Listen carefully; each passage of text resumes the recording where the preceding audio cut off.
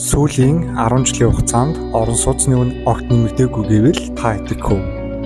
Манайх шиг үйлдвэрлэгч бус хамгийн үнэтэй бүтээсүүд болох ган бүтээцийн 96%, инженерийн шугам сүлжээний материалын 75%, нийт барилгын материалын 68%-ийг импортоор авдаг улсад бүх бараа материал гадаад валютаар үнэлэгдэх шаардлага гардаг. Тэгвэл хэдүүлээ маш сонирхолтой нэгэн тоо баримтыг авч үзье.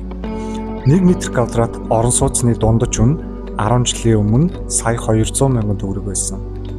За 5 жилийн өмнө 2 сая 500 мянган төгрөг. Одоогийн байдлаар 3 сая 500 мянган төгрөг байна. Эдгээр нь тухайн үеийн ханшаар бүгд яг $1000-той тэнцэж байгаа. Огт өөрчлөгдөггүй гэсэн үг.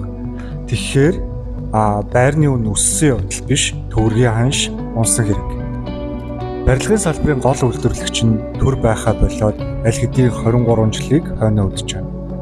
Одоогийн байдлаар нийт ашиглалтанд орж буй орон сууцнуудын 98%-ийг хувийн хвшлийн компаниуд ашиглалтанд оруулдаг. Гэтэл эдгээр хувийн компаниуд ихэнх материалаа гадаад валютаар бодож авч байгаа ч ханшийн хувьд аль өнгөрсөн 10 жилийн тэрэл үн яг хэвээрээ байгаа гэсэн үг.